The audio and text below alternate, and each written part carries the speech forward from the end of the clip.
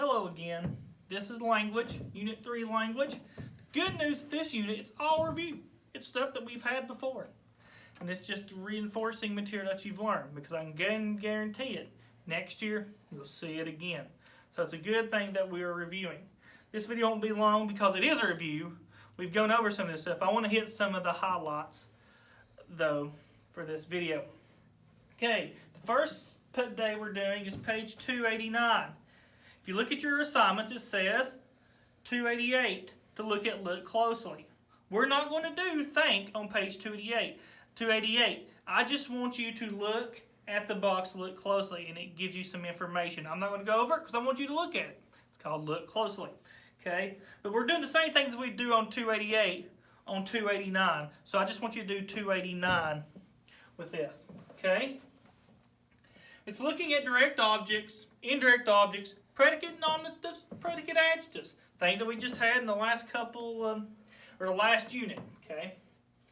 If you remember right, deciding whether you're using predicate nominative and adjective or direct object, indirect object, it depends on the verb that you're using.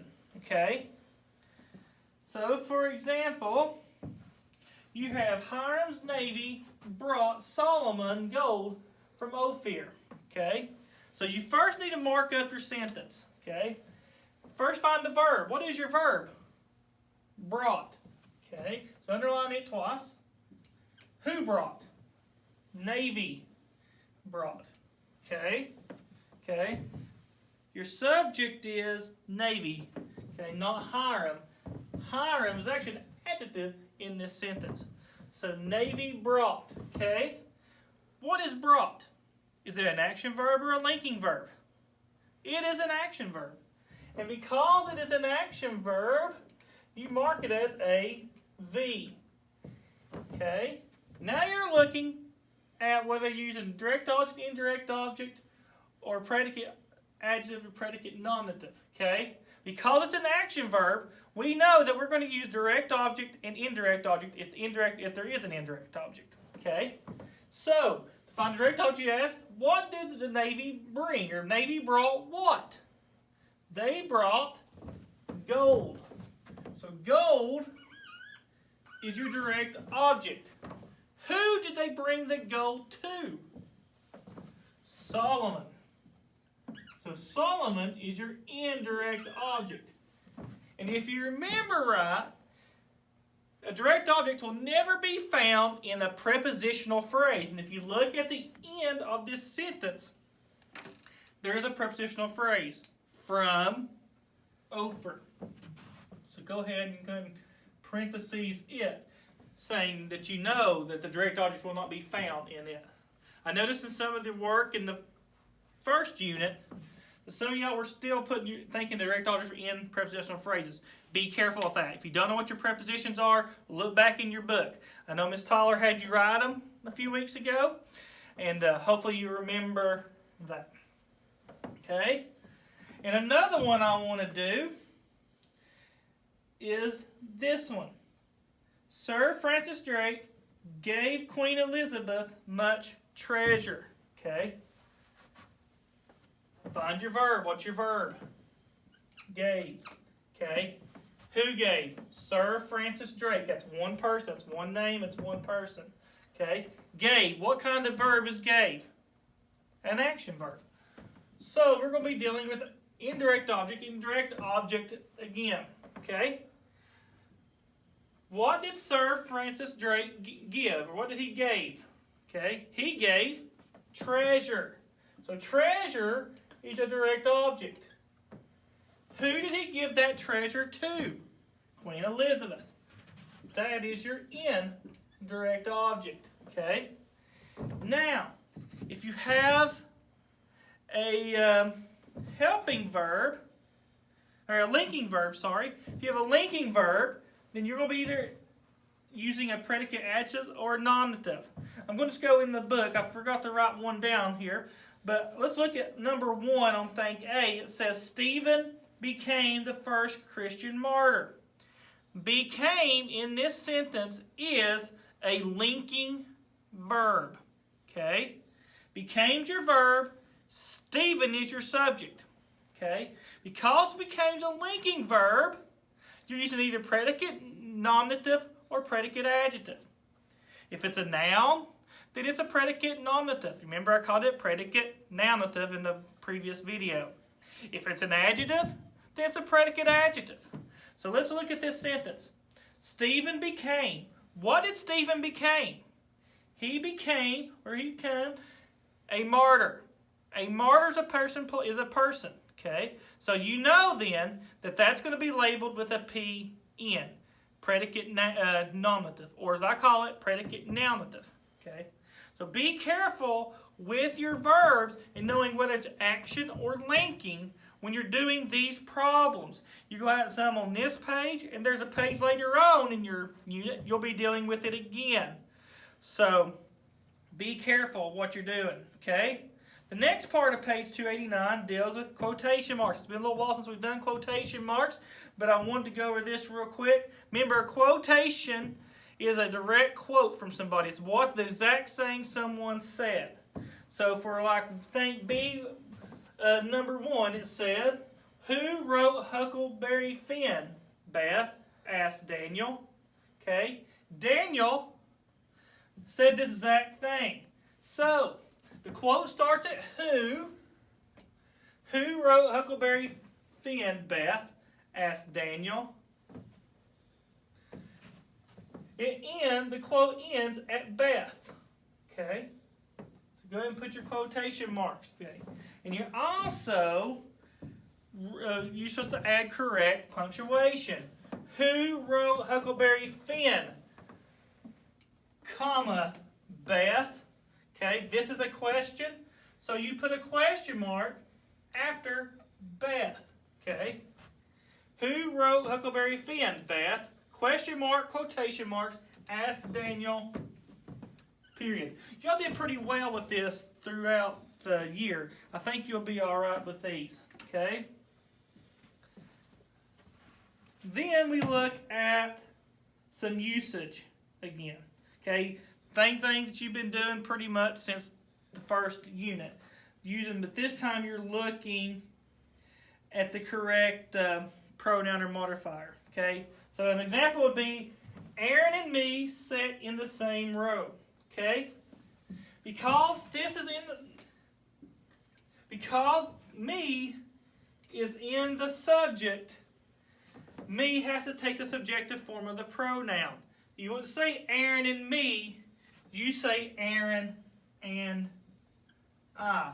It's just like if you didn't have Aaron here, you would say I sit in the same row. You wouldn't say me sit in the same row. That wouldn't make a lot of sense. Okay? This is a review with homonyms. Remember, homonyms are words that sound the same, but spell differently and mean different things. Okay? Alright, you have pair and pair. Okay? P-A-I-R means two. Okay? Pair of shoes. P-E-A-R is a fruit. A pear. A really good fruit when they're really ripe and juicy. Pear. Then you have antonyms. Okay? Antonyms mean the opposite. Okay? Rude. If someone's rude, disrespectful, rude, the antonym would be polite. Someone who's respectful and does the right thing. Okay? So remember, an antonym is a word that means the opposite, or like hot, cold. Okay? And a synonym are words that mean the same thing. Okay? Like hot, warm. Okay? Or cold, frigid. Okay? So that's what those are. Okay? Next, I'm going to go through the book and kind of go through the days, just kind of hit on the highlights of different things. So you'll be dealing with antonyms and synonyms and homonyms and all that for a little bit. Then one day you're going to be working on comparative and superlative degrees. Remember, comparative is when you're comparing two things. Superlatives more than two. So, for example, well, you would say well. Comparative would be better, and the superlative would be best. Okay. Remember, comparative 2, superlative 2, more than 2, 3 or more. Okay. Then you're going to be using the right words. Again, that's stuff you've been kind of working on for a while. Then fill in the blanks with I and me. Remember, if it's a subject, if it's used as a subject, use I for those. Then you're going to be looking at the underline the correct verb. The Puritans were the founders of Harvard University. Would you use the Puritans was or the Puritans were? You would use were in that. That's some of those. Y'all have done fairly well with those. I'm not too worried about those. Sentences. Remember the types of sentences. You have declarative, which is a statement. Imperative is a command. Interrogative is a question. And you have exclamatory is one that shows strong emotion or feeling. Declarative and imperative, you use period. Interrogative, use a question mark. And in an exclamatory, you of course use an exclamation point. Fragments. Sentence fragments are sentences that do not complete, is not a complete thought. Run-on sentence is just it's what it says. It just kind of goes on and on and on without any type of punctuation or anything.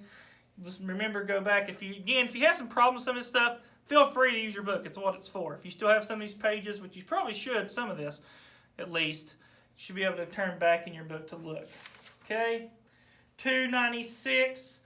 It's what we did at the beginning. I'm not going to go back over it, but direct object and indirect object, predicate nominative, predicate adjective. I'm not making you do 297, the diagramming. You'll get plenty of diagramming over the year. I'm just going to let you skip that whole page and don't worry about it. Okay? Then, page 298 is dealing with parts of speech. Okay, remember your parts of speech. Nouns, person, place, thing. Verb is action word or state of being. Word, you have adjectives, describe nouns. Adverbs, describe adjectives, other adverbs, and verbs. Doing that, and that's pretty much the end. Punctuation, just remember the correct punctuation. If you use a question mark, if you ask a question, use a question mark. If it's just a statement, use a period. Then capitalization, you'll deal with capitalization. Remember, you capitalize names, you capitalize the words that refers to the sentence. Capitalize proper nouns, which are specific nouns, like Cedar View Christian School, it's capitalized, and things like that.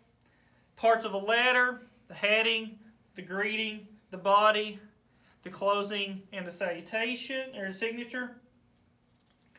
And then you're dealing with capitalization again. So all this is review, pretty much what you're doing in language. So hopefully it won't take you too terribly long. If you notice, by day 7, it's just I use it as day 8. Sorry, it's a catch-up day. So if it's too much for a day and you have to skip a day or so, or can't finish it all in one day, which I think you should be able to, you have another day built in with already the days. Remember, you have 8 days of assignments. You have 11 school days, so you have some leeway. Do not wait to the last minute and get behind. But that will wrap up your language for 5th grade. I hope you have a great summer, and we will see you next year, hopefully. And if not, I wish you well. But till later, we'll see you.